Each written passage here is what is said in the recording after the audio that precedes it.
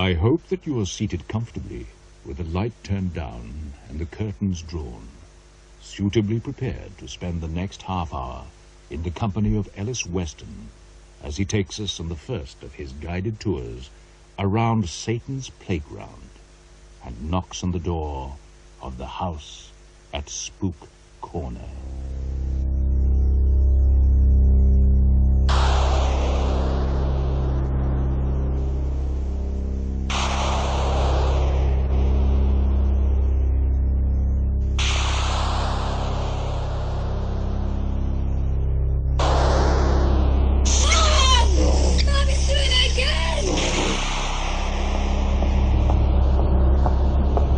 I am standing on the corner of Speke Avenue and Romulus Crescent in South London. It's no different from 1,000 other street corners in towns, cities and villages throughout the country. The house on this corner, number 41, is much the same as any other three-bedroomed council semi. You might have one like it in your street. The family that lives here is quite ordinary. They could be anybody's neighbours. Except for one thing.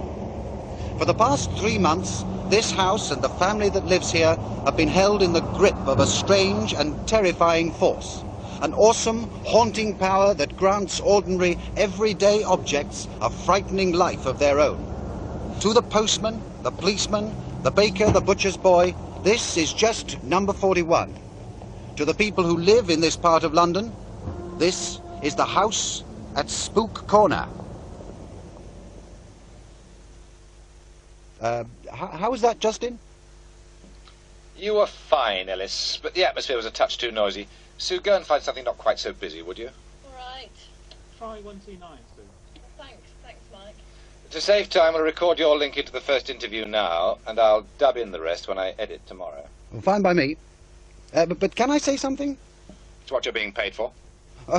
Well, I'm just not sure that I like some of the things we're doing. I mean, adding sound effects to pretend I'm out on the street instead of standing here in the studio. Justin? Ellis, how many radio programs have you made in your extensive career? Well? Well, I haven't. Quite. Just let me worry about truth, justice, and the Milky Way, and you read the words and try not to bump into the split infinitives. Now perhaps we can get this finished before the studio managers go into overtime. Ellis, go ahead after the green light. Coming up. Now. We present Frank Windsor, Michael Drew and John Abineri in The House on Spook Corner by Bob Couttie. You know, David, I often wondered whether Justin Fawkes wasn't a touch mad. I wouldn't go that far. Well, he never went into a screaming rage, but you could always sense something there. I could always tell when he was getting annoyed or angry, because he'd sort of invent these strange cliches that didn't make sense. Right. Do you know, he once told me that I thought I was the bear's knees, God knows why. But I suppose that we're all haunted in one way or another. Each of us has our own personal incubi. Even rotten old skeptics like you. There's a rather nasty streak in you, for instance. It shows every now and then. Vengeful. Coffee? Did you make it yourself? Yes. No, thanks. I'll get one in the canteen. Vengeful. Yes, David. Vengeful. Puts people's noses out of joint. Makes great radio, mind you. But your library's full of blotted copybooks, isn't it? What do you mean by that? Oh, don't misunderstand me. I think it works rather well, actually. It isn't a criticism. I think you do a very good job presenting Satan's Playground. Much better than I ever did. There's a bite in your scripts that I like. Yes, well, can we talk about the programme? I want to get this last one out of the way and get started on the next series. There's a bit of a problem. I don't see why. It's just a reinvestigation of the Griggs poltergeist case. I've done this sort of thing before. Where's the problem? Why do you want to do it now? Well, for a start, they're pulling down the house in a couple of weeks or so. Since Spook Corner was a classic poltergeist case, it gives it a lot of topicality, almost the end of an era. People still come from all over the world to look at the place. Yes, but that's old hat now. The last programme in this series of Satan's Playground goes out in week 26. That'll be 10 years, almost to the day, since it first started. So why not go back and look at that very first case? Well, I'm not so sure. It's one of the most celebrated poltergeist cases of all time. Yes, we ought but... to be mature enough now to put our own work under the microscope. We do it to other people often enough. And it'll be interesting to see what's happened to the family. Something like that must have changed their lives. Listen to this.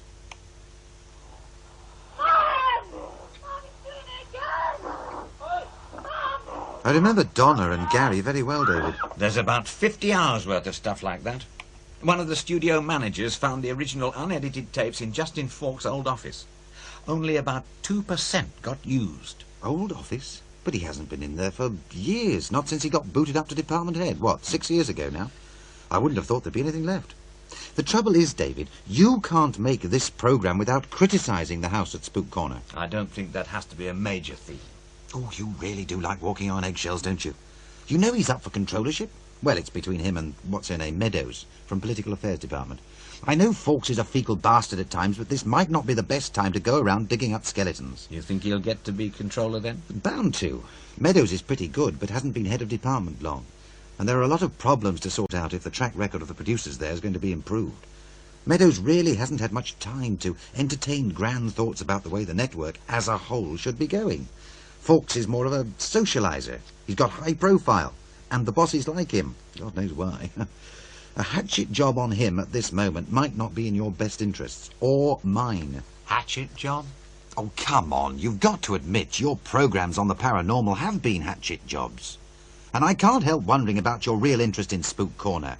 You didn't want to have much to do with it when we tried to interview you for the programme. When a couple of kids shut you in a cupboard and bang on the door to convince you the ghosts are at work and giggle while they're doing it, it's awfully easy to lose interest. Well, you can't be sure it was the kids. Oh, come on, Ellis. Sure, the kids played around every now and then.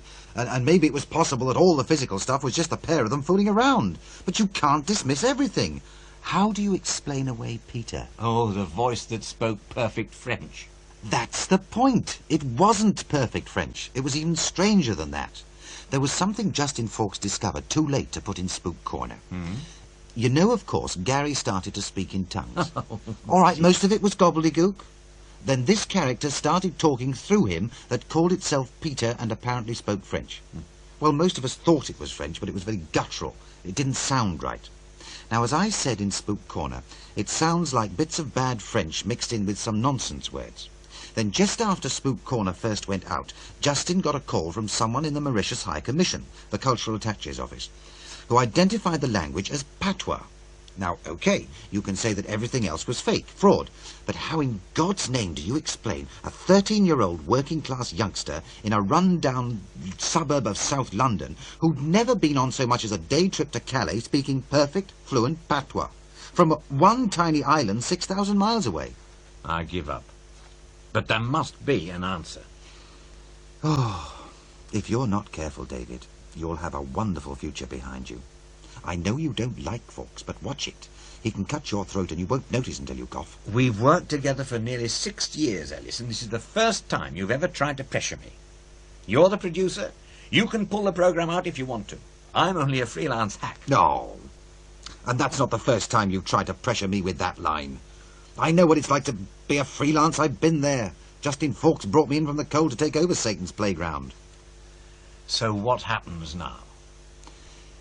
Look, if you really want to go into this again, I'd suggest you talk to some of the people involved, like Christine, Vecchi and Donna. Without them anyway, you haven't got a programme. And with any luck, they'll tell you to get lost.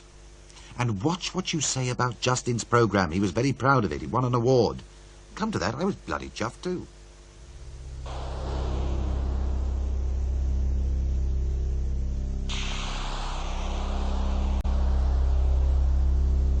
So tell me, Mrs. Griggs, how did it all start? Well, we've always had bangs and things, you know, but you don't take much notice of them, do you?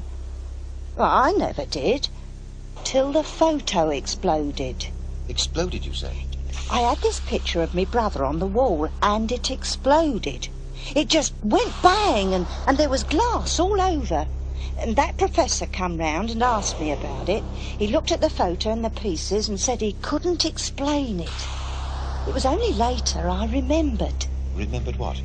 The day the photo exploded was my brother's birthday.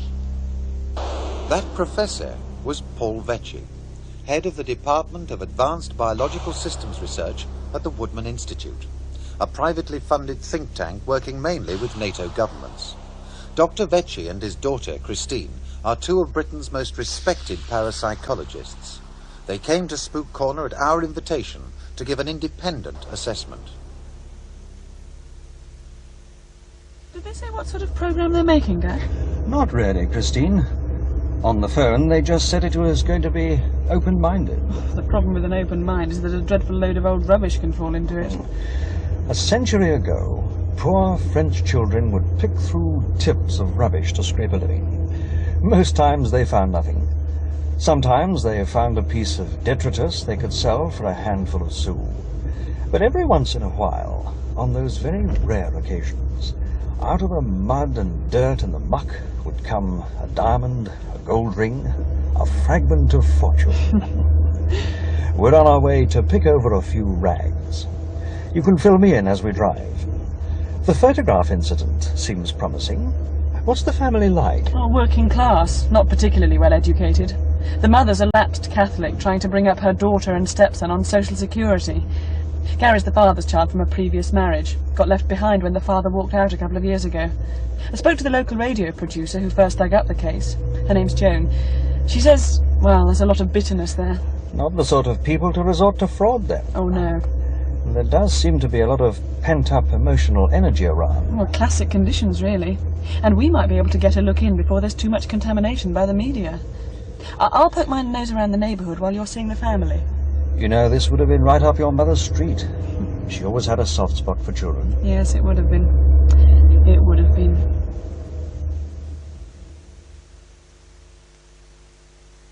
Gary, go and wash your hands. Mum, Now, you've been playing. are you a real professor, like in the films, Mr. Vecchi? Well, I'm certainly a real professor. What, with rockets and things? I'm afraid not. I'm a marine biologist. Ah, fish. We got goldfish in the back garden. We've got to put wire over it to keep out the cats. Gary, leave Mr. Vecchi alone. Go wash your hands. You've been playing. They're not very dirty, Just go and wash. Mum. All right. Sorry about that. It's just natural curiosity. He seems a bright boy. Not really, just a show-off. He never gets any good school reports. Just spends all day with his head stuck in a book. Do you know he sometimes locks himself in the loo for hours? Really? Oh, but he don't learn nothing from his teachers. He's always thinking about his inventions. Mind you, it's the teachers' fault, spending their time trying to teach them blacks how to talk proper English. Your bathroom is downstairs. It's the door next to the stairs. You'd think the council had put one in upstairs, wouldn't you? I suppose we're lucky we didn't have a bath at all till a few years ago. And Donna, where is she? In the kitchen, I think. Donna, you in the kitchen? Yes, Mum. Good. You see, children are very mischievous. They get up to little tricks now and then. It's difficult, of course, for them to fool adults.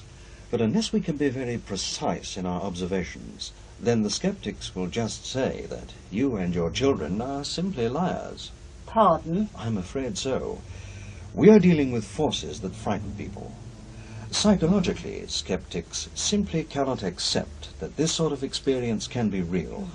They would rather say that you and your children are the greatest psychologists, the greatest magicians in the world, rather than accept that what is happening is real. Fancy a cup of tea? Donna's got the kettle on. It'll only take a minute. Yes, certainly, thank you. What about Christine? Do you think she'd like to come in? Christine is doing her own work at the moment. Oh, hello, Gary.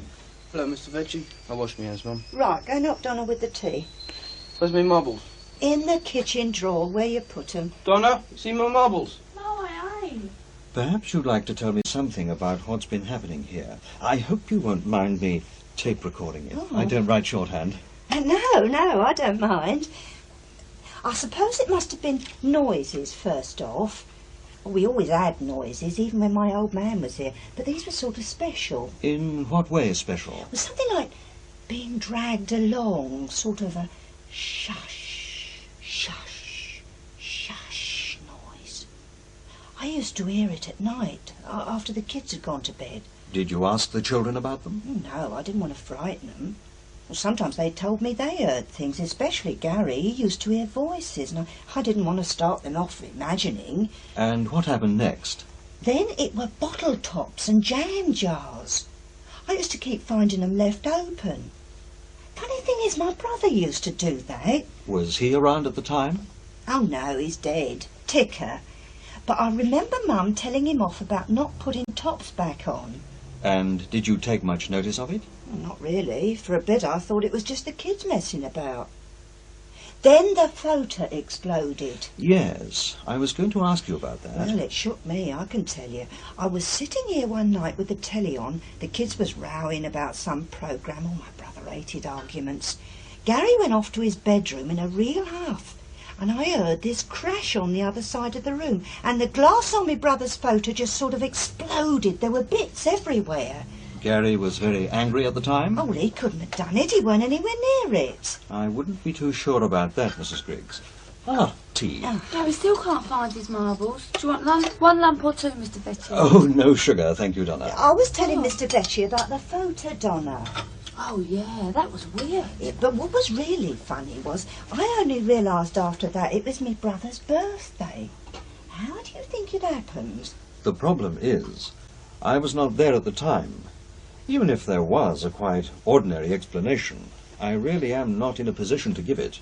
But I still got the bits. You can look at them. I will look at them, of course. But unless there is something physically unusual about them, I still will not be in a position to say anything positive, Mrs. Griggs. You'd best call me Annie.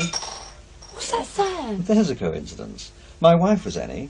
Well, Anne-Marie, actually. She was French. Hang on, I heard something then too. Gary, is that you? What's that, Mum? Did you drop something? I thought it came from the bathroom. Oh. Oh, Mum, I didn't do anything.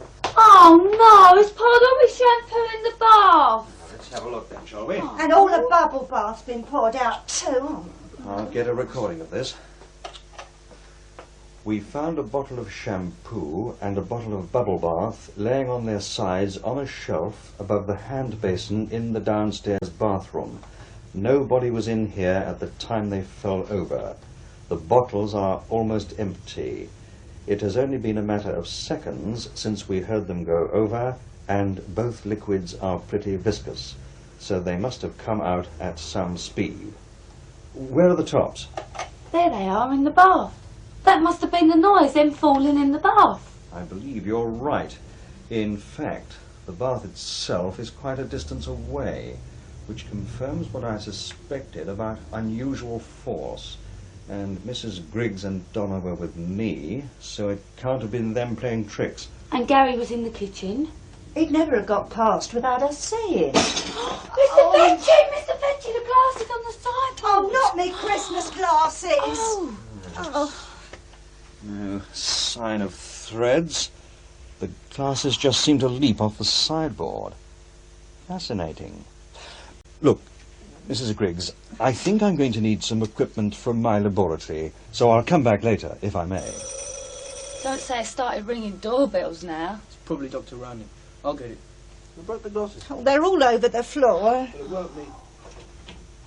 Hello, Dr. Rowney. Good afternoon, Gary. These gentlemen were coming up the path when I arrived. Hi, Gary. I'm Justin. We've come to make a programme about your ghost. Can we come in? Christine, I think we might have a live one. Something happened? Yes, amazingly enough, it did.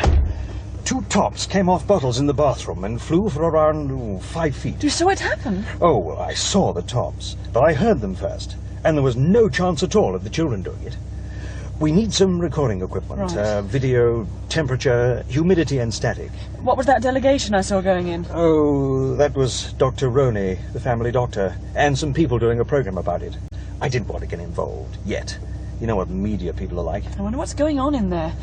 Anyway, I've spoken to some of the neighbours. Who's that on the path? The path? I can't see anybody. Yes. Can't you see?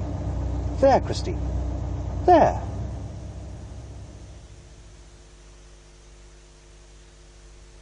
Well, Mrs. Griggs, I think you might have a poltergeist at work here. I think you've got an overactive imagination, Mr. Fawkes. What's a poultice? A poltergeist, it's a disembodied spirit that takes over a household, just like this one.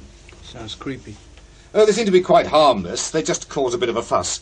Have you ever heard of the Rosenheim case, Gary? No. Well, that managed to dial telephone numbers faster than any human could. They throw things around, they make noises, things like that. Have there been any voices? Don't think so. I can smell burning, Mum. I think I'd better give Gary his examination, Mrs. Griggs, if Mr. Fawkes and his ghosts don't mind. But, Dr. Rowney, you've seen things happen here too, haven't you? Mum, I can smell burning. Shush, Donna, there are people talking. Come on, Gary, we'll go to your bedroom. I don't think this discussion is advisable at the moment, Mr. Fawkes. You'll excuse the mess, won't you, Doctor? Don't worry. What on earth? The light bulb's gone. It hasn't just gone, Mrs. Griggs. It was thrown against this wall. I can still smell burning. Yeah, that's funny. It's not thrown light bulbs before. Some imagination, eh, Doctor? I have work to do, Mr. Fawkes. Gary? Oh, my God, there's smoke in the kitchen. It's coming from that drawer. I'll take a look. You don't want to know getting hurt. Oh, see, I told you I could smell burning. It's a box of matches. It's still smouldering. Oh, good job we caught that. The whole place could have gone up. Not only that, either. Look now. The box is still smouldering, but the matches haven't lit. That's impossible. The matches aren't even damp. They should have ignited. And look at the paper in this drawer. It's obviously started to burn, but it's gone out. Oh, my God. Oh, go and see who's making that row, Gary.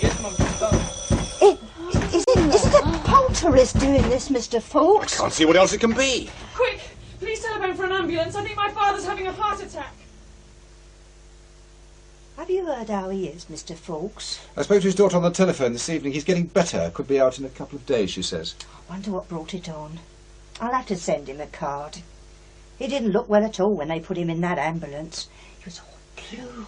He's been ill for some time, according to Christine. Ever since his wife died, he's been just hanging on.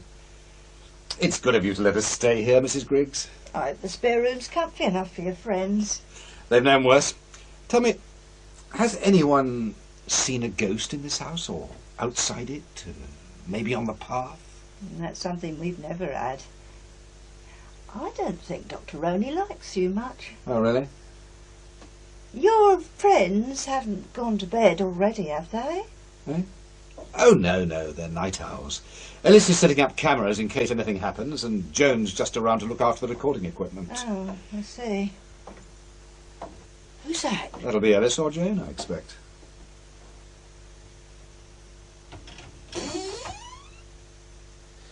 All set up, Justin. Now here's the shutter release. The motor drive's fitted, so all we need to do is press this, and it'll run off a dozen shots in a couple of seconds. Isn't that clever? And Joan will be down in a minute. Do you want me to make a flask for you, seeing as you might be up all night? Why, that's very sweet of you, Mrs. Griggs. But I think we'll be all right, thank you. Suit yourself. Oh, what's that? Well, that'll be Joan. And if it isn't, we're going to have a very interesting time. I had a brainwave, Justin. Now, what was that, Jen? I've set up a light-sensitive diode with a relay switch, so when the flash gun on Ellis's camera fires, the tape recorder comes on automatically. Oh, very clever. Oh. We can reset it from outside the kid's bedroom if we need to. So all we do now is sit and wait. Well, it's past my bedtime. Make yourselves comfy. I hope Mr. Vecchi's going to be all right. Do you think he likes grapes? Oh, I'm sure he'll be up and around soon, Mrs. Griggs. You'd better go and get some sleep. It's late. Shh. What is it? I heard something upstairs. The children are asleep, aren't they, Joan? They were when I looked in on them. Oh. Does Gary or Donna sleepwalk, Mrs. Griggs? No, they sleep like logs, them two. Well, somebody's moving upstairs. That's on the landing. Shall I go up and look? No. It's moved to the stairs. Perhaps it's one of the kids going to the toilet. Hey, don't come down for that. We got pots up there. And all the damn equipment is upstairs.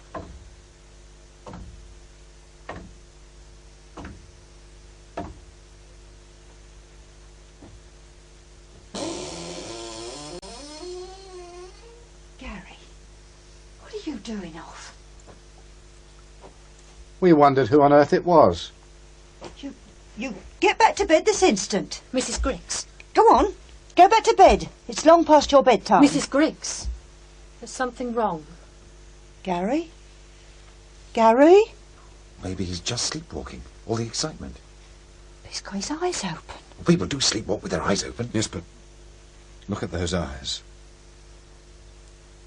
Gary. He hasn't blinked once. Gary, say something.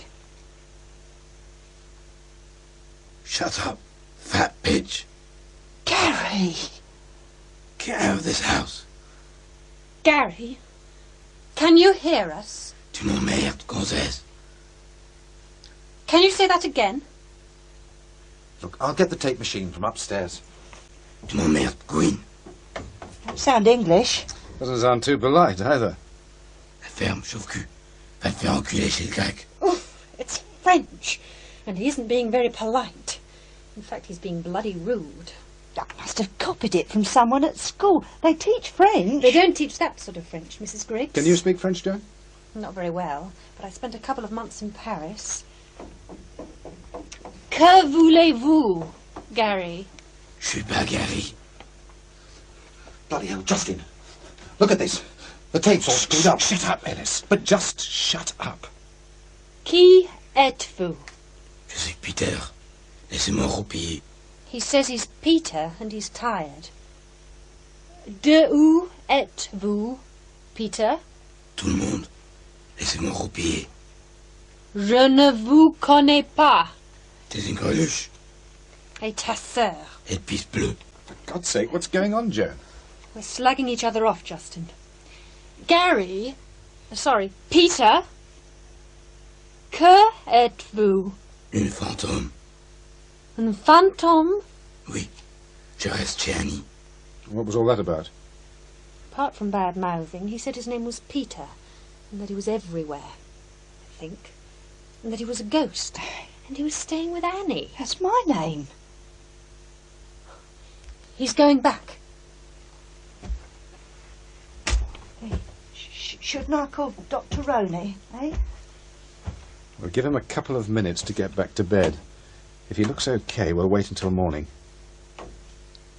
Do you know if there are any French children at his school? It probably won't matter if there are, Justin. There's no way even a French child would talk like that.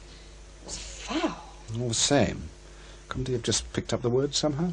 Oh, it wasn't the words, it was the way he used them. I didn't learn much proper French when I was in Paris, but I did learn to swear, and he was doing it perfectly. When I said, et ta sœur, he said, elle pisse bleue, which is exactly the right response in the right context. Yes. Make a note to ring the school tomorrow, Joan. Ellis, what were you saying earlier? Sorry I snapped at you, but you could see what was going on. Yes. Sounded tremendous. Pity we couldn't get it on tape. When I went to look at the recorder, the tape was all jammed up. Maybe Gary did it. I checked the girl and she was asleep. We heard Gary's movements almost from the moment he got out of bed. He didn't have time to do it. Nobody could have done it. What do we do now? Wait, I suppose, and see what happens.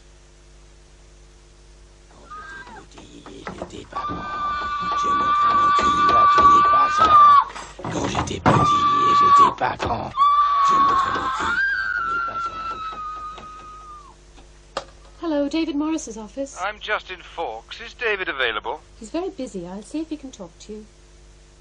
Please hold on, I'm putting you through.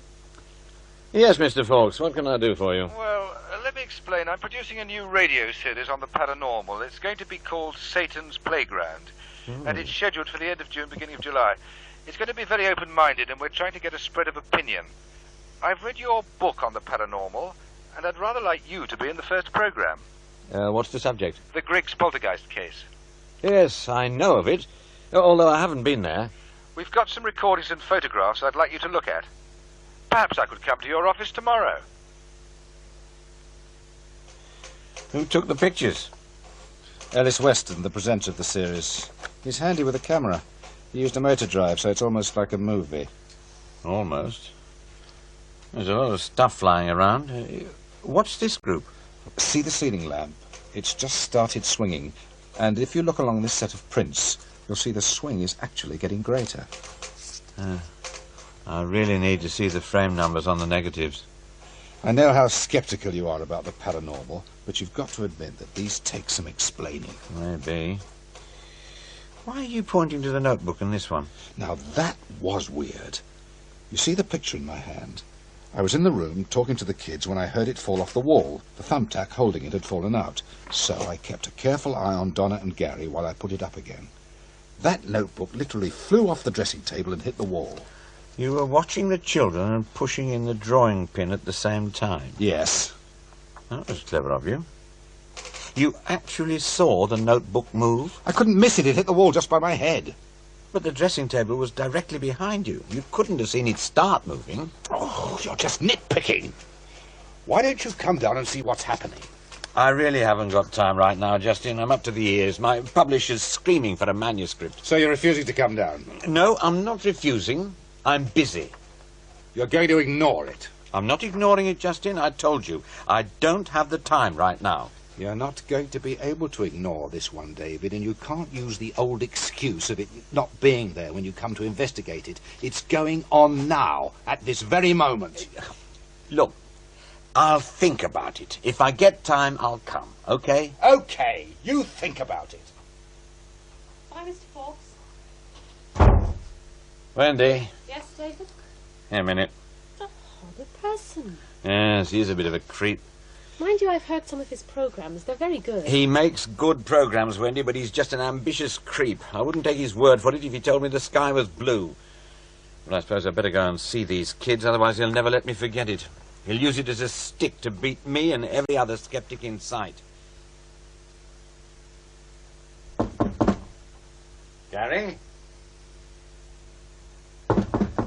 Can you hear me, Gary? You know one of them from the radio? No. I'm David Morris. Mr. Fawkes just asked me to come and have a chat with you. You must be Gary. And you're Donna. Yeah. So this is the bedroom where Peter lives? That's right. Where is he? Over there in the corner. Can't see him. Why's that? He's invisible. Can you see him? No.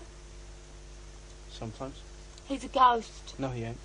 He is. No, he ain't. He ain't a ghost. Well, what is he then? I don't know. He ain't a ghost, that's all.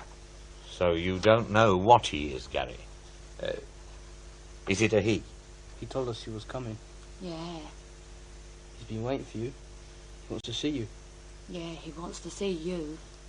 Okay, where do I find him? Can I talk to him? He said you had to get in the cupboard. You mean this cupboard over here? Yeah.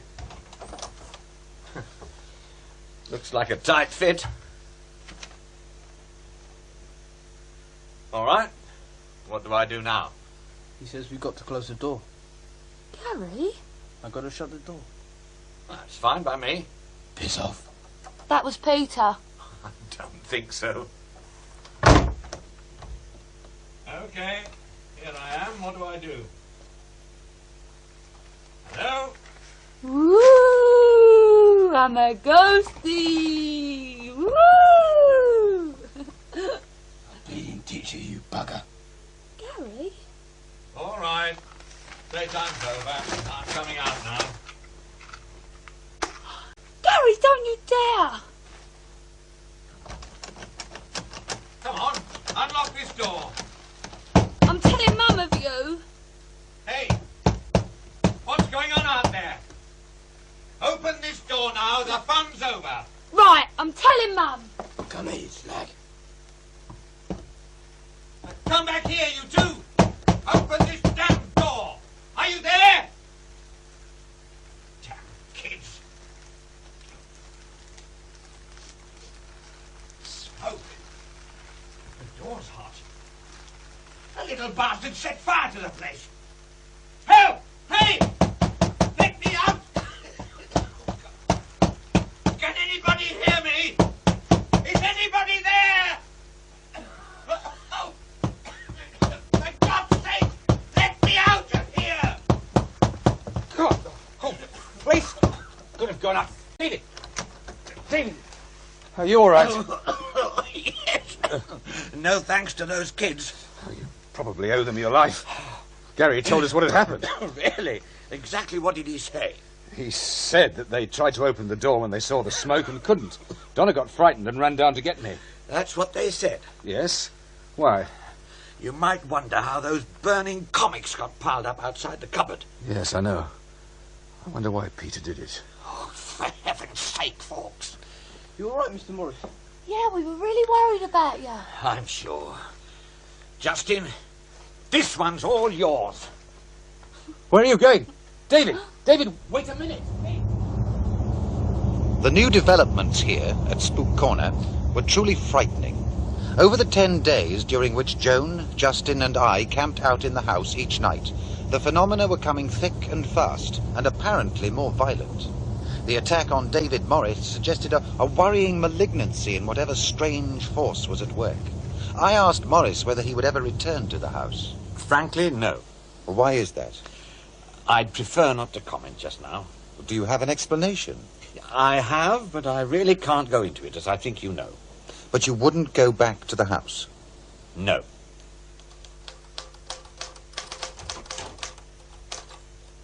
Morning, David.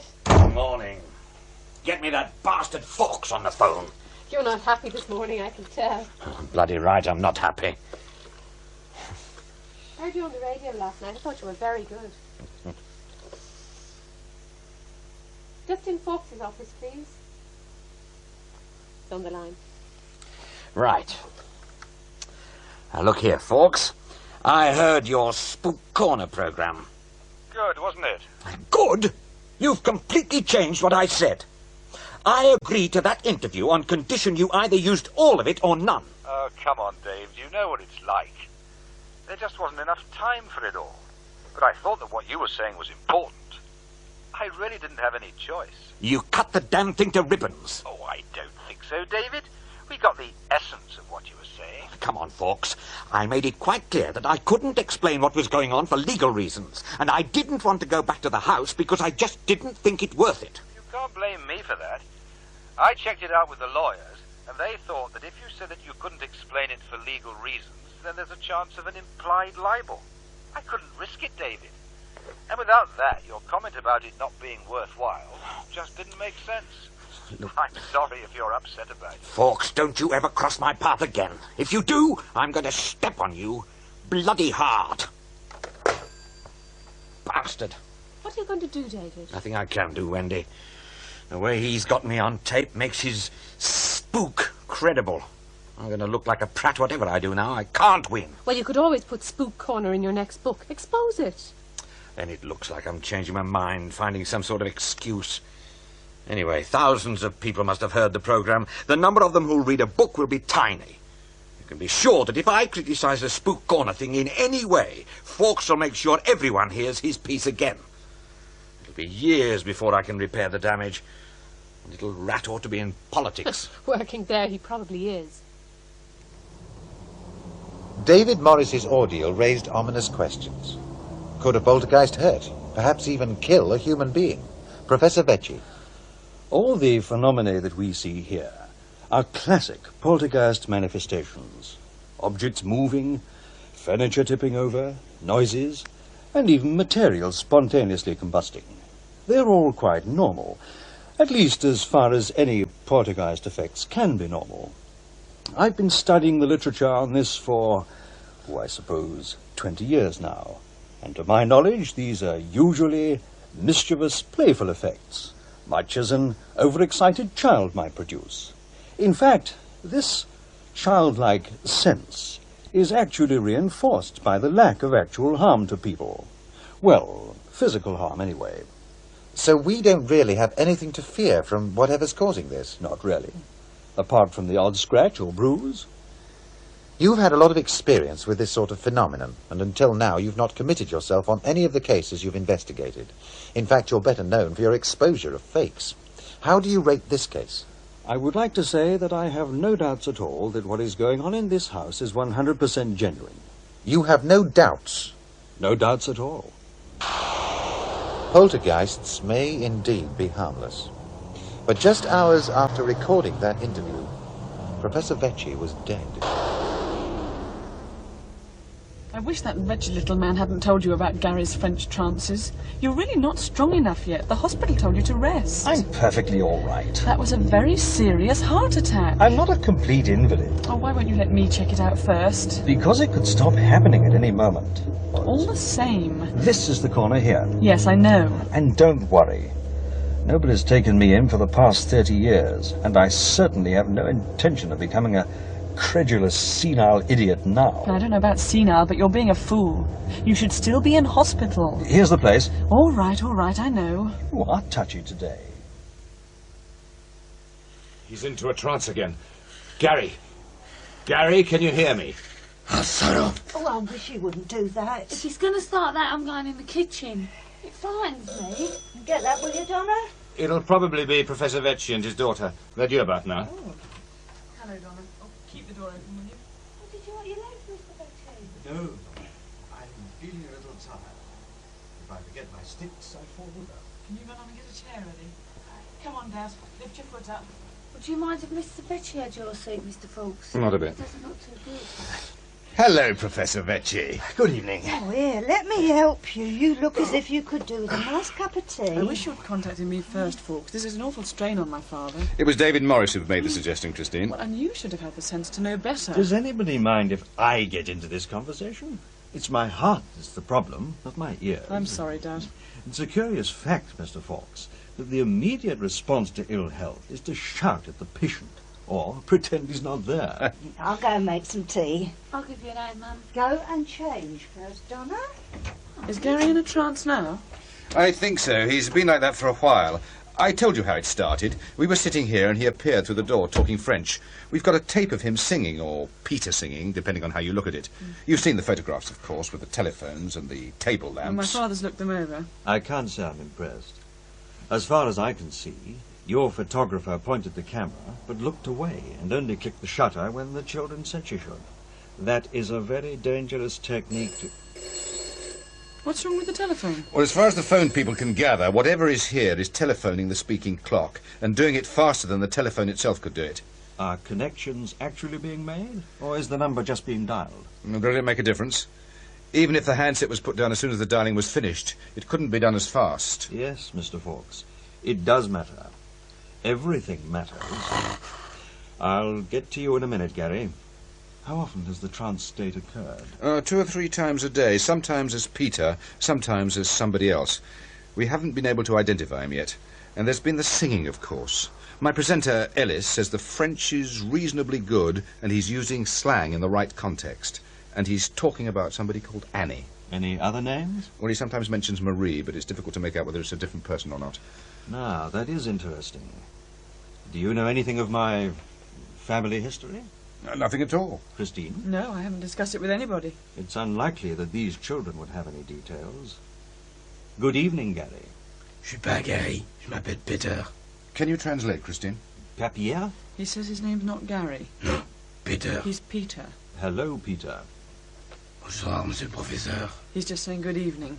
Pleased to meet you. Enchanté. We could have got that from anywhere. Ferme ta gueule, putain. He's telling me to shut my mouth. It's a very charming turn of phrase, I understand. He has. You're the first person he hasn't sworn at. That might be a meaningful observation, Fawkes. Peter, est-ce que tu es jeune? Non, vieille, prof. Très très vieille. He's old, very old. Mais tu parles comme un jeune homme. Je suis vachement vieille. Tu me files une clope, mec. He's asking for a cigarette. Non, je fume pas. T'as raison. It's certainly not schoolboy French. We know, and his schoolteacher said that his French is pretty bad anyway. Jeanne la salopine. He's calling Joan a slut. Peter doesn't like Joan. I gathered. And his French isn't perfect, which is good. It's more convincing. He'd need to spend some time with a French speaker to... There aren't any French people at the school, and this is hardly a cosmopolitan area. Well, not in European terms, anyway. Yes, I'll accept that. I've checked independently. Here's some tea, everybody. Toujours le thé. Les Anglais faire pipi toujours. Always the tea and the English pee a lot. Oh, still at it, is he? Mum, I'm going round to Brenda's. He gives me the creeps when he's like this. All right, but don't be home late. Annie dit bonsoir. I see. Annie who? Annie says good evening. Anne-Marie, c'est ta femme. Tu connais Anne-Marie, prof? Marianne, you know Aunt Marianne, she's your wife. Sure. Oui, bien sûr. Sans blague, mec. Yes, no jokes. Elle est petite? Non, grande. She's tall.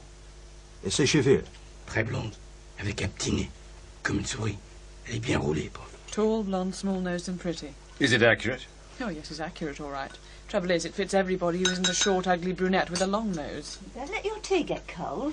Is there something specific you can ask? Tu parles français comme une vache espagnole. Qu'est-ce que tu dis? Tu parles français comme une vache espagnole. Speaks French like a Spanish cow. Well, that doesn't make sense. Well, that's what he said. I think we can go, Christine. Help me up, will you? Yes. What's going on? Why are you leaving now? I have my answer, Mr. Fawkes. I'm still not convinced, Dad. I really can't see why he would come up with that specific phrase, Christine. Your mother was always saying that I spoke bad French. She always said, "Tu parles français comme une vache espagnole." It's just too much of a coincidence. Well, I'm not so sure. You in all right? I'm sure now. Anne is here, Christine. She is there. Annie? Annie! Let's go back to the office and talk about it. Okay, Dad? You agree? Dad? Dad! Here's your book, Mr. Fawkes, and thank you. I just hope you enjoyed it, Dr. Rennie. I really hadn't realised just how well documented faith healing was. I'm sorry if I seem so dismissive. You've changed your mind? Well, yes. Yes, I suppose I have. Because of the book? No, not that by itself. It's Gary. Gary? Well, yes. It's difficult to understand when you're on the outside of somebody's mind. When you know something is happening, you don't know quite what. I'm afraid I'm not making much sense, am I? Go on. You haven't got that tape recorder on, have you? No, I'm just waiting for Mrs. Griggs and the children. They're upstairs. Oh, what's that? Oh, it's just the telephone. It keeps doing that. The GPO's investigating it. Go on with what you were saying. Well, I've been looking after Gary for 2 years now. He's a very disturbed boy. Well, you knew that, didn't you? Well, I wasn't sure. Well, quite serious personality disorders. I suppose a few years ago he'd have probably been diagnosed as schizophrenic. I see. But the odd thing is that since all this started, he's quietened down a lot. And there are other things too. What sort of other things? Well, he had a lot of stomach problems, almost certainly psychological, of course. But all the same, it's cleared up completely. Well, so have the headaches. And he used to have a lot of skin trouble too. Warts, sores, that sort of thing. So you would say that now he was mentally and physically sound? Well, more or less, yes. Well, a lot depends on what you mean by sound. When I first started in clinical psychiatry, I had a patient at Virginia Water who insisted he could see big, green, slimy hobgoblins on everybody's shoulders. Really? Well, he'd gone into hospital because he was frightened. But what he was doing, though, was somehow seeing a personification of people's drives, ambitions and fears. Once he understood that, he could handle it. Fascinating. Well, in fact, after he left the hospital, he became a psychologist, a damn good one, too. And the hobgoblins had gone? Oh, he still sees them. He just knows they aren't there. I wonder what he'd make of yours. Mine?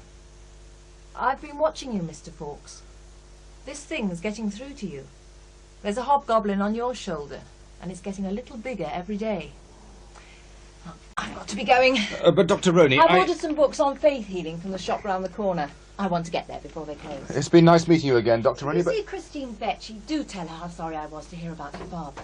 When's the funeral? On Friday, I think. Dr. Roney, Hi, what... Dr. Roney. Hi, Mr. Fawkes. I'll Hello. let myself out, Mr. Fawkes. Oh, very well. Now, Donna, Gary, I'd like to go through what you were saying about the chair earlier on. It happened while you and Mum was in the kitchen having tea, and it went forward and fell over. Yeah, and no one touched it. No, it weren't us. I see. Well, what we're going to do is a reconstruction with you two saying exactly what you said then, so people get an idea of what it was like, okay? Yeah, sure. We'll show you just what it was like. Is this the chair? That's Your right. mum's chair? Yes? That one. It moved and fell right over. Right. Now, this time, I'll move the chair, and you do what you did then. I'll count to 3. 1, 2, 3.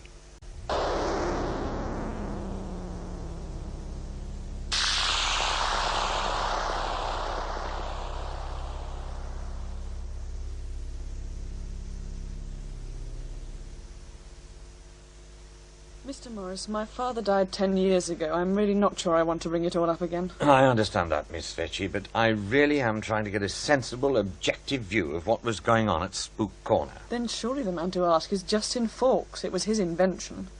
He invented the poltergeist? You should know. You work at his feet these days. Frankly, I'm surprised. I've read some of your books. I'd have thought you could have found more honest company. I don't really work at Justin's feet. It just happened that when he got promotion, he brought in Ellis Weston to produce. Yes, Weston. He's such a little man. Weston liked my books, asked me to take over the presentation. I agreed, provided I could say what I wanted. Fawkes doesn't actually have much say, really. We don't get on. But you were saying that Fawkes faked the phenomena at the house. Oh, no. The children did that all by themselves. They were very, very good at distracting our attention, working together at little gems of deception.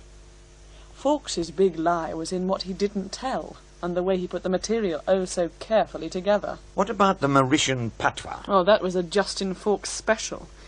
I suppose you heard about someone at the Mauritian High Commission saying that Gary was speaking patois. It was in his book about the case. That's right. But he didn't. He spoke bad French. But he did sing a Mauritian children's song. When Gary was 10, there was a black Mauritian boy called Peter at his school. My father and Fawkes only thought to ask if there were any French children there. They didn't think to ask if there were any French speakers. Of course, the two boys swapped rude words. But what about the Spanish cow statement? Gary went to Peter's home once and tried out his French on the boy's mother, who told him he spoke French comme une vache espagnole. It's a bit old-fashioned, but it's a common enough phrase. How do you know all this? Because I checked. There's something else you probably haven't been told. After a few months, Peter and his parents moved to London. You see, the father worked for the Mauritius High Commission. It was he who telephoned Fawkes after the programme was broadcast to explain how Gary could have learned his French.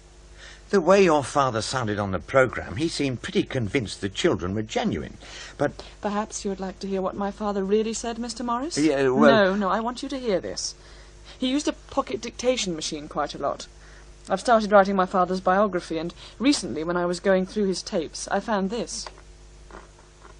You've had a lot of experience with this sort of phenomenon, and until now you've not committed yourself on any of the cases you've investigated. In fact, you're better known for your exposure of fakes. How do you rate this case? Well, I'm still not going to commit myself. I would like to say that I have no doubts at all that what is going on in this house is 100% genuine. Every investigator would, but I can't. A significant number of the phenomena we have is certainly fraudulent. So much that I doubt that it will ever be possible to determine what was and what was not genuine without considerably more study. You have no doubts that the children have cheated? No doubts at all? Yes, I have the master tape of that interview. Oh, I see. And it's absolutely identical. Well, I complained to Fawkes about it. And he said? He had to take out the reference to the children cheating because it was libelous. He said that leaving in the comment about no doubts at all was just a slip of the razor blade. Sounds familiar. He used the same excuse with me. He didn't care that he libelled my father. You can't libel the dead. That's what my solicitor said. It destroyed my father's reputation. He was working in advanced theoretical physics, right at the edge of what we know about science and beyond. If he appeared to be taking on board this sort of nonsense, it would have damaged his professional standing. Nobody would have taken him seriously ever again. And that's what happened. He was doing work that could have changed science forever. Nuclear physics, quantum physics and astrophysics, even molecular biology. Seriously, his work was that important. There was a whole mass of papers about to be published. After the programme, the Institute put the lid on the lot. Suddenly, the work wasn't sound, they said. Fawkes manipulated my father the way he manipulated the children. And he destroyed him professionally the way they destroyed my father physically. Gary killed my father. Would you go on record, on air, and say that? No. You must understand. My father was very, very ill. He was afraid of dying. Passionately so. And he was going to kick and scream every step of the way. His body was going to pieces under him. But he was just too damn cussed to drop dead. After my mother died, he decided to find out if there really was anything to be afraid of. That last afternoon, Gary convinced him that my mother was still alive in some way. Once his fear was gone, he just died. But I suppose he died happy? He needn't have died at all. It's too late to help him, I appreciate that, but maybe something can be salvaged. It won't be all, but it'll be better than nothing. And if you could come on the programme and say... No, I'm going to tell the story my own way. When the biography's published. I've had enough of media people. Without them, this would never have happened. I understand. It was good of you to spare the time. I don't suppose you know where I might find Dr. Roney? I understand you kept in touch with her. Oh, not for some years. The last I heard, she was living in, well, the Welsh mountains in a commune of some sort.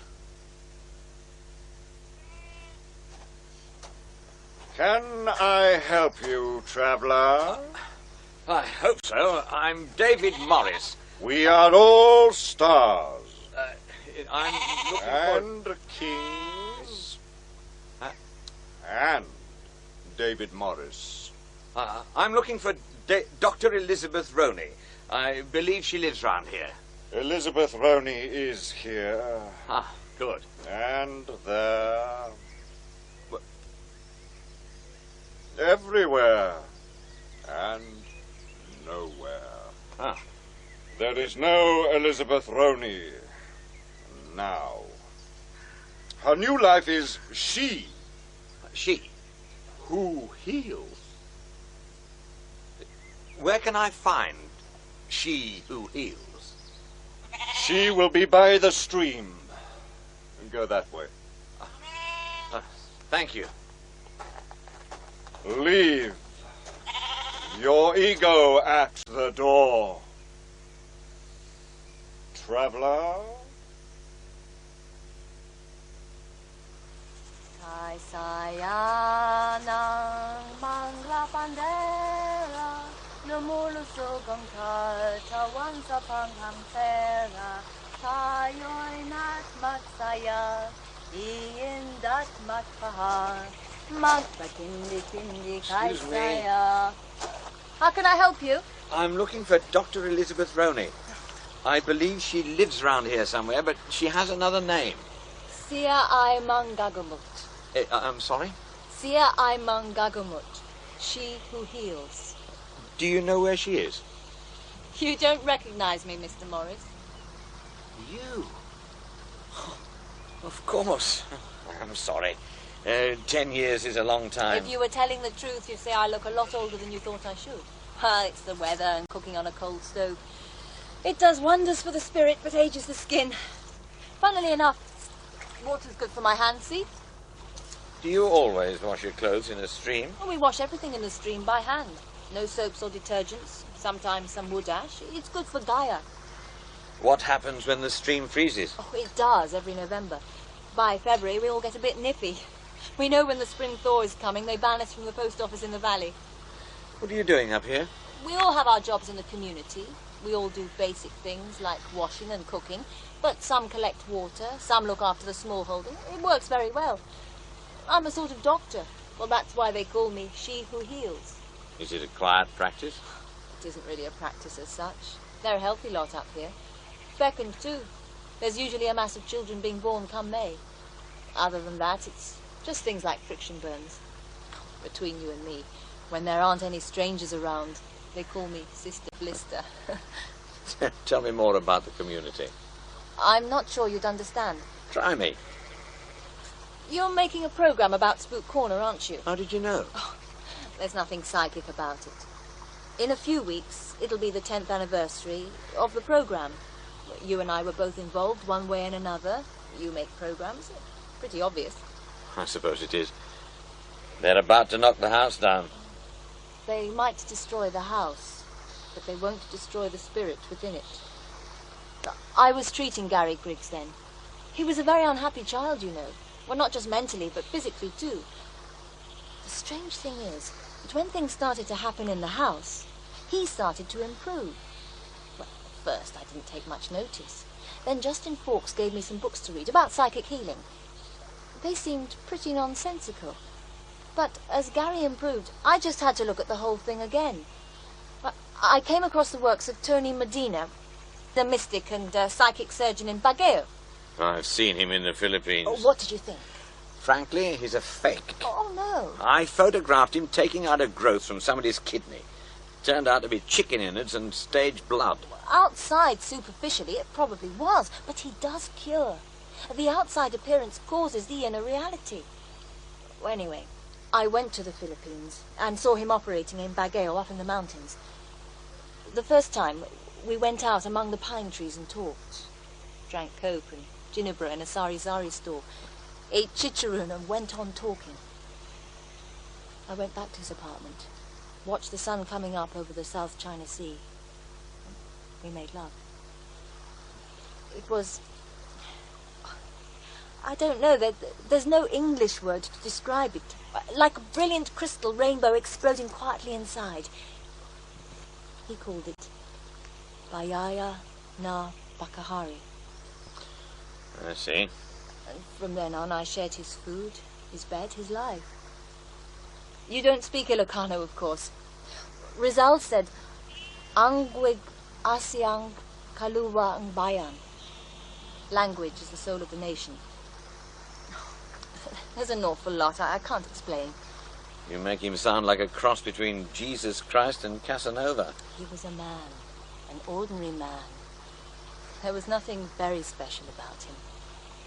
In fact, I think he used to feel quite proud of having a Plural girlfriend. It was all part of the paradox. He even spent Sunday afternoons losing money at cockfights. Mine mostly. But you say he had a special power. Oh no, the power wasn't his. It was God who did the curing, and Tony could only act as his vessel if he was in a state of grace. Oh, yes. Tony taught me a lot. And after he died, I decided to come here and set up the Medina community to carry on his work of healing and to train other people. We live and pray and study. But that's all there is to it. Sometimes people come to us for healing, sometimes we go to them. Spook Corner really did change your life, didn't it? Would you say it was for the better? Who knows? Perhaps it would all have happened without the program. But God's usually pretty spry at bypassing the obstacles we try to put in his way.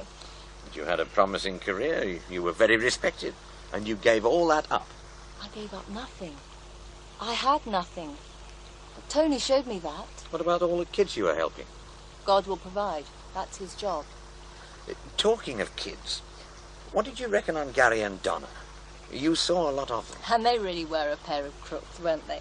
Really? Oh, yes, they were manipulating everybody in sight, and you can't blame them. They had a pretty rotten life with Gary's father walking out like that, leaving him behind.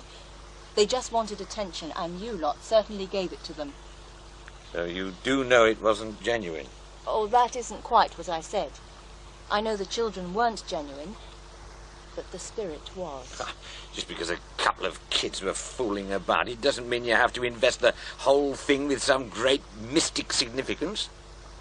I'm afraid I wouldn't be much use for your program. Have you spoken to Gary or Donna? Oh, not yet. I'm supposed to be seeing Donna the day after tomorrow. Give them my love. They never had very much given to them.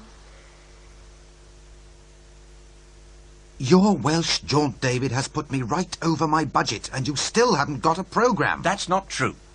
I'm sorry. I'm not happy with the way it's working out. You haven't actually got anybody to talk on tape. No, but Christine Vecchi and Elizabeth Rowney have given sworn statements. You can't hear sworn statements. Surely we could get actors in to read their words. And none of it is about Spook Corner. It's all about Justin Fawkes. It's all too personal. If we don't do Spook Corner now, we may never be able to do it. You know perfectly well the house is being demolished soon and the Griggs are being moved. By the time the next series comes, it'll be too late. So we don't do it.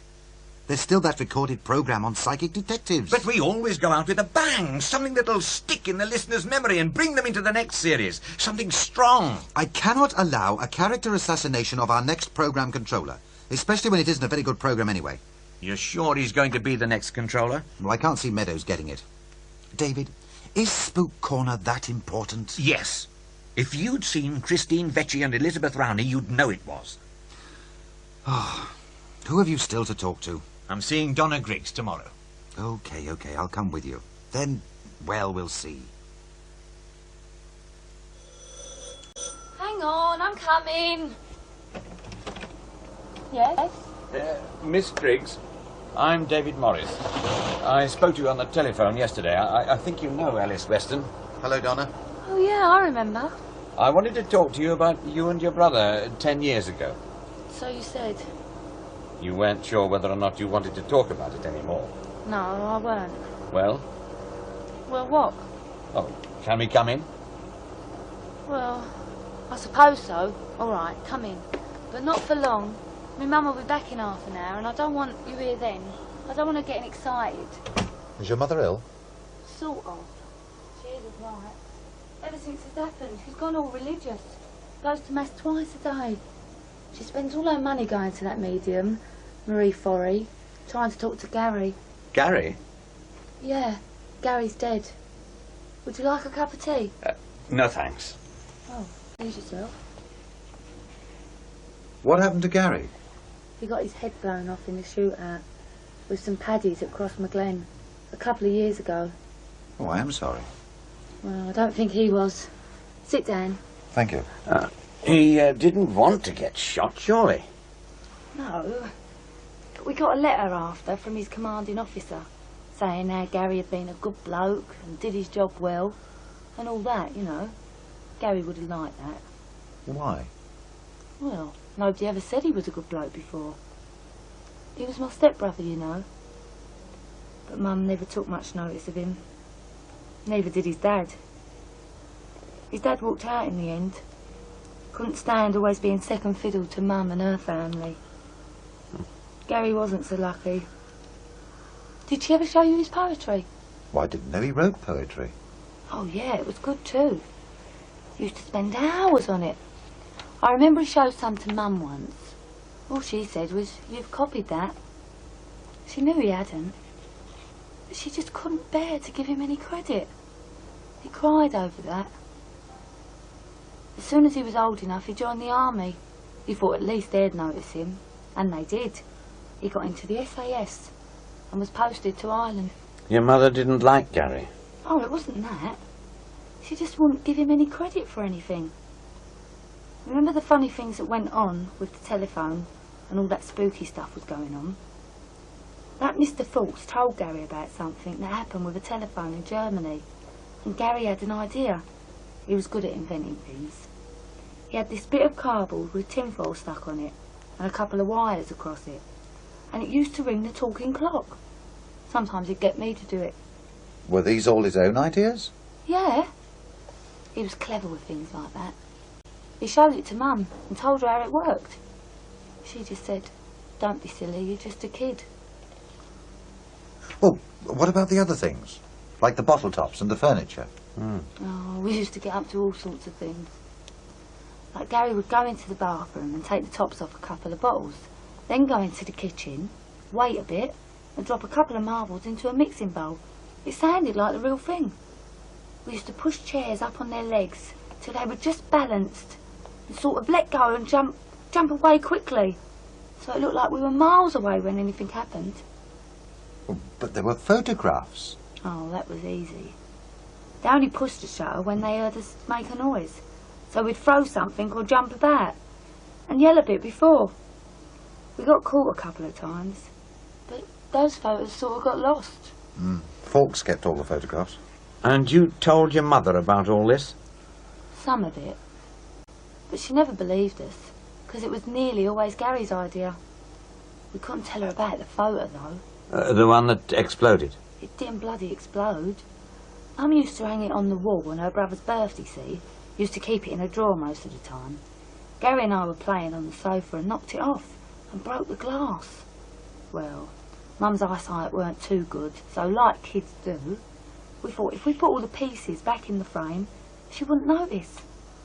Mum heard a noise, so when she came in, we pretended to be arguing about the telly. Gary made out he was really angry and went out and slammed the door, and the bits of glass fell out of the photo frame. Mum went spare. We daren't tell her what really happened. She'd have killed us. So it was all a con? Oh, no. There were some funny things going on. What? Well, like Gary's trances. They were real. He wasn't well then. You fooled Professor Vecchi and Justin Fawkes. And me, for that matter. I know. And it was awful. We were just a couple of kids having fun. We could get all the grown-ups to do almost anything we wanted. It wasn't so bad with Mum, but we had all these important people coming along and saying it was all real. There was no way we could turn around and say, "Fooled ya."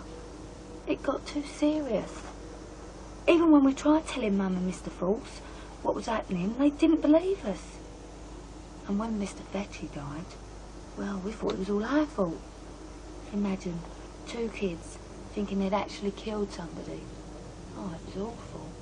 Did your mother know about Gary's school friend, Peter? Oh, you're joking. She'd have skinned Gary alive. Mum couldn't stand blacks. Still can't. That's why we're still in this house. And now the council's moving us, she's really going round the twist. She's read so much in the papers, she's frightened that we'll end up living next to some blacks. It's stupid, but she won't change now. We couldn't tell her about Peter, because he was black. He was nice, too. It's all a bit tragic. The only ones who seem to have escaped are you and Justin Fawkes. He's quite high up now. Oh, I don't know about Mr. Fawkes, but what about me? I'm 23. I can't even have a boyfriend because Mum can't look after herself.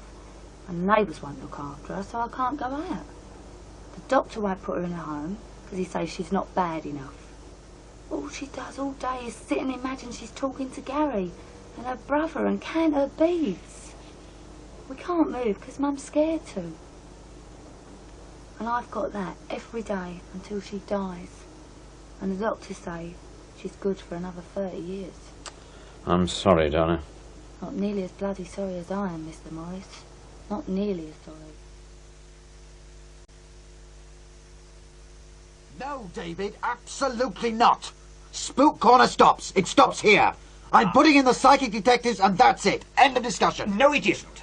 You've read the depositions. You've seen what it's done to Donna Griggs and her family. You know Fawkes falsified the evidence. You've heard the unedited tapes. You know what he did with them. And where did those bloody tapes come from? And don't tell me they came from Justin's old office because I won't believe it. Where did they come from? After 10 years they suddenly pop out of nowhere? I'm not that naive, sunshine. It doesn't matter where they came from. The evidence is there. Fawkes destroyed those people's lives. And just for the record, I'm not that naive either. And what's that supposed to mean? I know why you brought me in to present Satan's Playground. Oh? You spent 4 years as Justin Fawkes' little lapdog, keeping quiet, doing what you were told. That's not true, David. He bought your freehold and you got your payoff. He got promoted and you got your safe little basket. A nice, safe staff job. You're right. It's bloody cold out here among the mercenaries. David! I've heard it on the tapes, Ellis. It doesn't matter whether or not it's true, so long as it's good radio. That's what he told you whenever you started yapping. And you haven't got the bottle to bite hard. Oh, come on. When you took over Satan's Playground, you got me in for my nuisance value. The one bit of power you had left. Your little bit of revenge. After all, he was hardly going to kill off his own brainchild, was he? That'd be stupid. He was going to fight for it. And if he wanted the program, he'd have to have me, too. You're getting paranoid. He might have bought you, but he hasn't bought me. And neither have you. Calm down, David. Look, it isn't that important. Damn it, it is that important. He might have you to protect him, but not me. Not me. Are you going to do Spook Corner? No. Okay, I'll go to the newspapers. Oh, now you're being naive. Short of him seducing choir boys in Hyde Park or banning a soap opera, they couldn't give a damn. They won't listen to you. They don't even understand your problem. I once thought you had more bottle, Ellis. I was wrong. Well, you go on kissing backsides. I'll go on kissing them. David! David! David!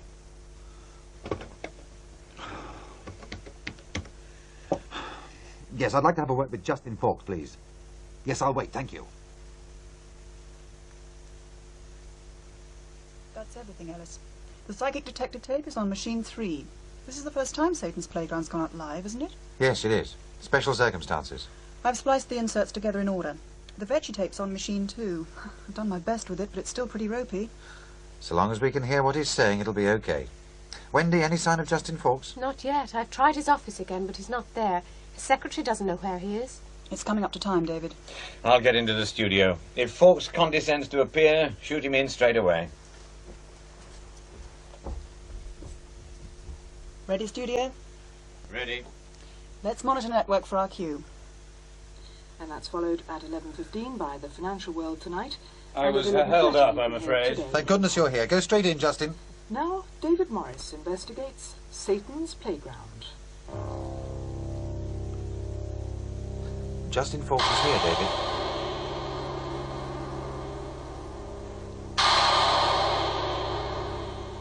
Hello, and welcome to Satan's Playground. This week is not only the 10th anniversary of Satan's Playground, but but it also sees the demolition of the house that was the focus of the most celebrated poltergeist case of the past quarter of a century and of our first programme. I'm going to be looking at that case with the help of this week's rather breathless guest, Justin Fawkes, Dear, dear. the first producer of Satan's Playground, and the man who first brought what became known as the house at Spook Corner to public attention. Welcome to the programme, Justin. Good evening, David. You were deeply involved in the case, weren't you? How long did you spend at the house? About 3 weeks in all, day and night. I must say I found it a frightening and remarkable experience. That was 10 years ago. Since then, I think it's true to say it's become a classic case. Thanks largely to your radio programme and, of course, your best-selling book. Yes, that's probably a fair assessment. And, of course, it had a tremendous effect on your own career. Ooh. I'm not quite sure what you mean. Well, you're a very senior executive in this organisation today, and I think you'll agree that it was the house at Spook Corner and the awards that it won as a documentary that helped you. Well, that may be so, although I think you're exaggerating its impact. But it did have an impact. Well, all right, yes, it did. You're an ambitious person, aren't you? No less than you are, David. But not many other people's ambitions have led, almost certainly, as yours did, directly to the death of a respected scientist and the destruction of his reputation, to the resignation of a much-loved and much-needed doctor, and indirectly to the death of Gary Griggs. Oh, straight for the jugular. That is a very serious allegation, Morris, and you certainly can't substantiate it. The fact is, Justin, that both your programme and your book are nothing more than fabrication, and I'd like you to explain why. It really is dangerous to overstate a case, David. These are sworn statements. This one is by Donna Griggs, describing exactly how you urged her and her brother to act out incidents for you to record. Incidents that you claimed were recorded as they actually happened. Oh, come on, David. These are reconstructions. That is a normal and accepted technique in making documentaries. There's nothing underhand about it. Rubbish. Not when you claim that they were recorded as they actually happened? But I never made that claim. If you had bothered to check, as you should have done, you will find that what we said was, this is what it actually sounded like. You really must stick to facts. The fact is, Fawkes, that you quite deliberately suggested that the recordings were real.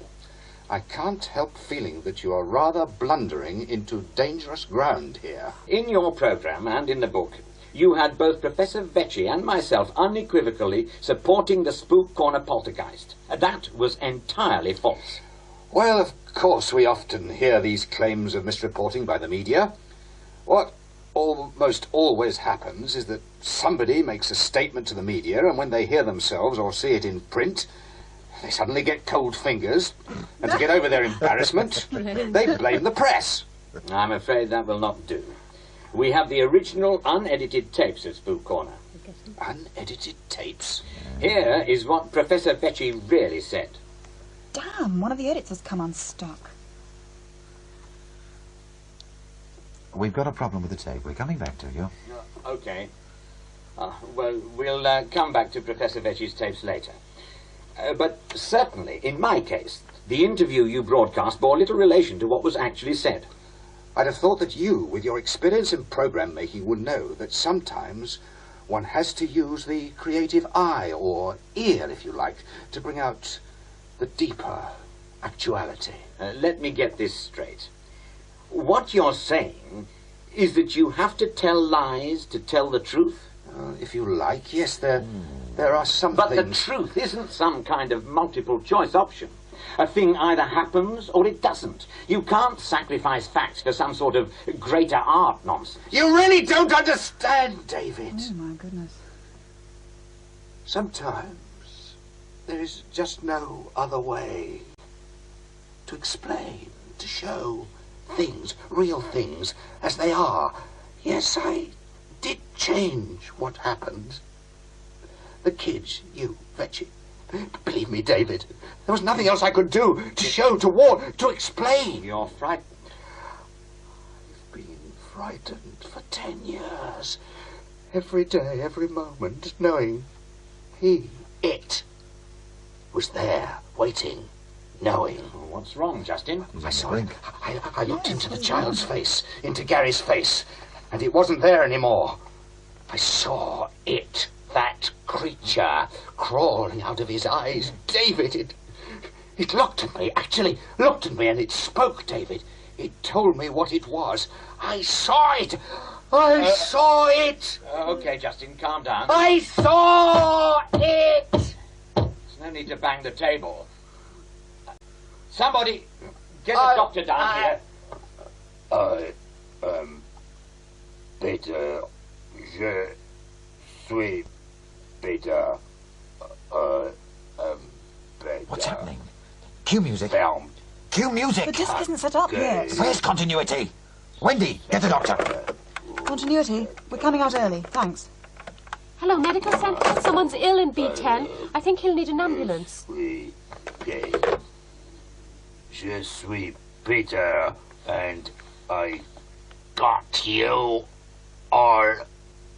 Well, I'm afraid that because of technical problems, we have to leave David Morris and Satan's Playground. Gremlins in the works, I expect. However, in the few minutes before the next programme, perhaps you'd like to know what we have for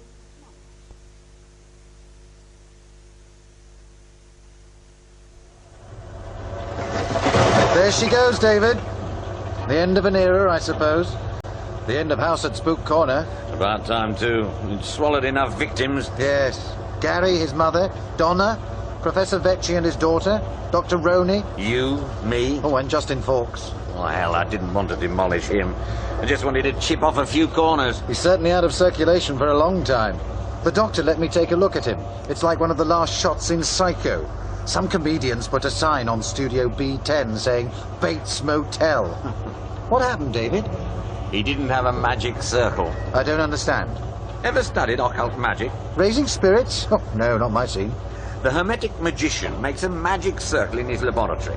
Then, one by one, in the magic circle, he conjures up each dark corner of his psyche, gives it an identity, a name. With the protection of the circle, he's safe. He can overcome that part of him in a sort of ritual magical combat. Otherwise, it can escape and destroy him. I suppose Spook Corner gave Justin a name for his own personal demon, some nasty, ambitious corner of his mind. And without the magic circle, it possessed him.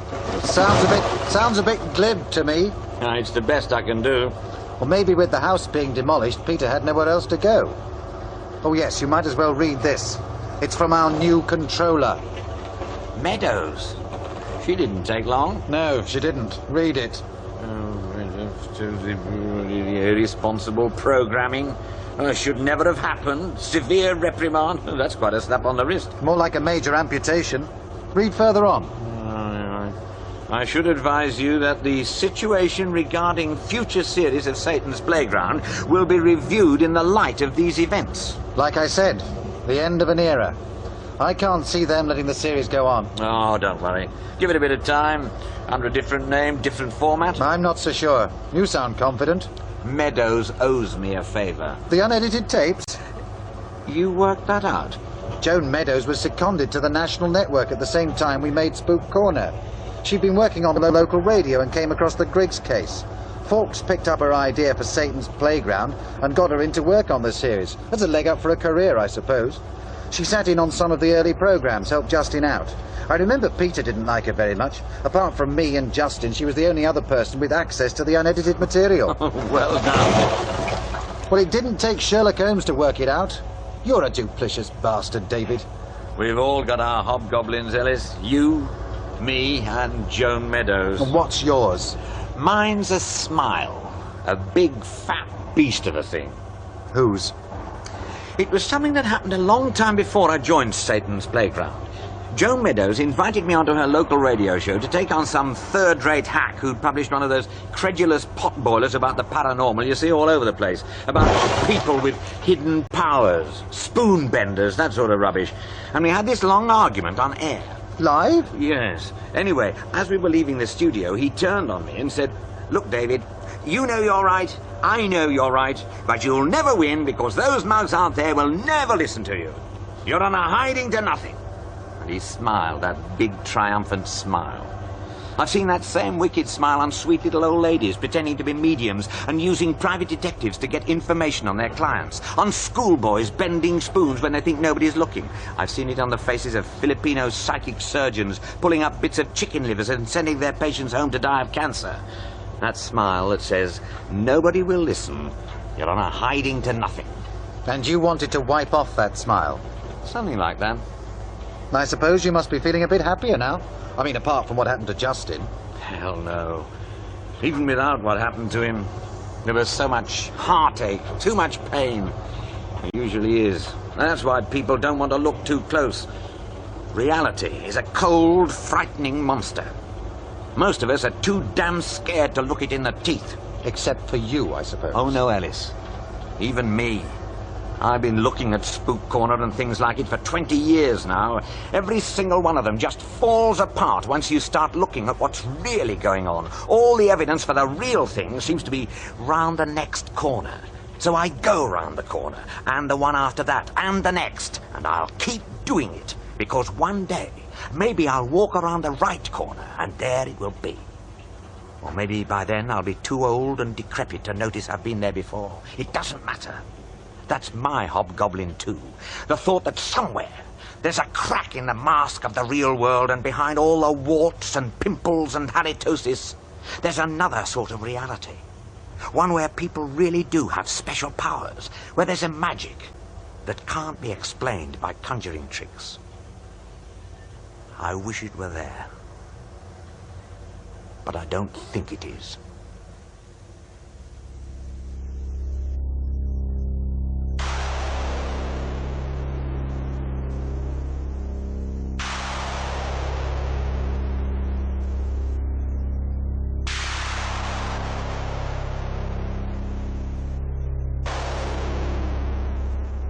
In The House on Spook Corner, the part of David Morris was played by Frank Windsor, Ellis Weston by Michael Drew, and Justin Fawkes by John Abineri. Donna, Lisa Geoghan, Gary, Nicholas Csergo, Mrs. Griggs, Joe Anderson, Vecchi, Jeffrey Serle, Christine Vecchi, Kim Hicks, Dr. Roney, Shireen Shah, Wendy, Barbara McNamara, Joan, Deirdre Edwards, Studio Manager, Lynn Sagofsky, Man, Paul Gregory. The play was written by Bob Couttie and directed in Bristol by Alec Reed.